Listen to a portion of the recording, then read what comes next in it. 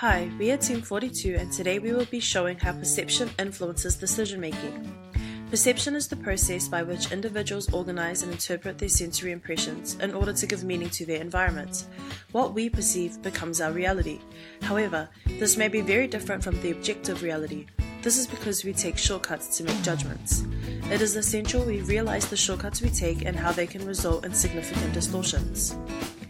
A software startup company has come to us to ask how they can reduce biases when hiring a marketing graduate. The company is new, very passionate about their products and services, and hoping to find the best candidate to fit the role. We will first show snippets of interviews showing exaggerated examples of availability bias, selective perception, contrast effects, and confirmation bias to highlight how easy it is for organizations to make these errors. We will then present our structured approach that we believe will mitigate these biases.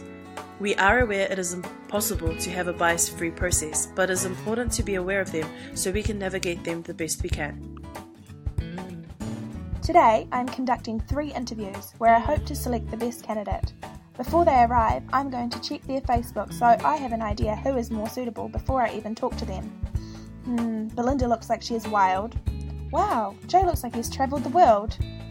Daphne seems very serious. I'm really looking forward to meeting Jay. The interviewer has made a common mistake. She has shown availability bias by searching information readily available to her and making an assumption based on this.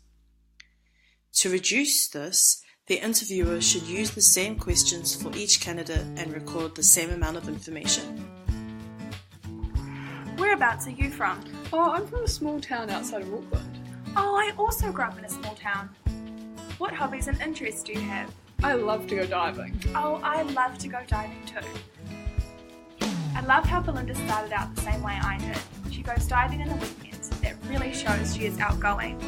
The interviewer has selectively interpreted the candidate based on her interests, background, and experiences. She has specifically looked for things in common and made assumptions from this, for example, diving.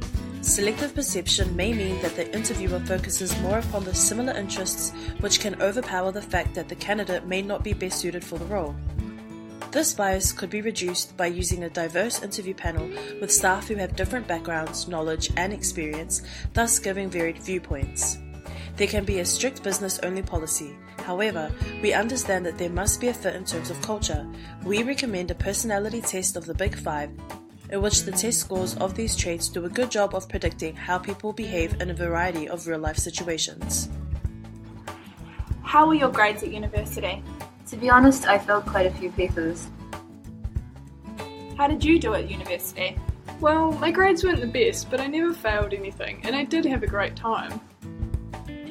Daphne is definitely not suitable for the role. Belinda seems a lot more capable than Daphne. We can see that in the scenario, the first candidate performed poorly and had little experience or enthusiasm to bring to the team. The second candidate may not be the best person for the job. They will, however, be ranked higher than their actual performance due to the contrast effect.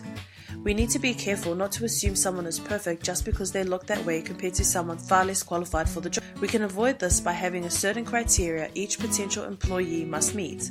Imagine one person meets 2 out of 10 of the criteria, then the next person meets 6 out of 10 of the criteria. In contrast, the second person seems great, but in reality they still have only met 6 out of 10 of the criteria. Thank you so much, Jay, for coming in. I will need to check your references, but that is just a formality. I'm sure it will all be fine. Hi, I am just calling because I really like Jay and I thought he is perfect for the job. Did you find him as confident and passionate about marketing as I do? Yes, he is very passionate, but... Oh, I knew it. Thank you for your time.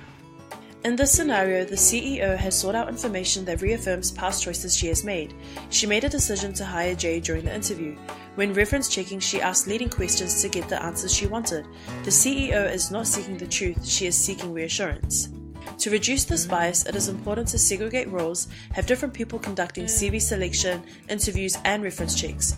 Use specific questions to gauge specific skills and traits. This ensures the CEO will question predetermined assumptions they have made.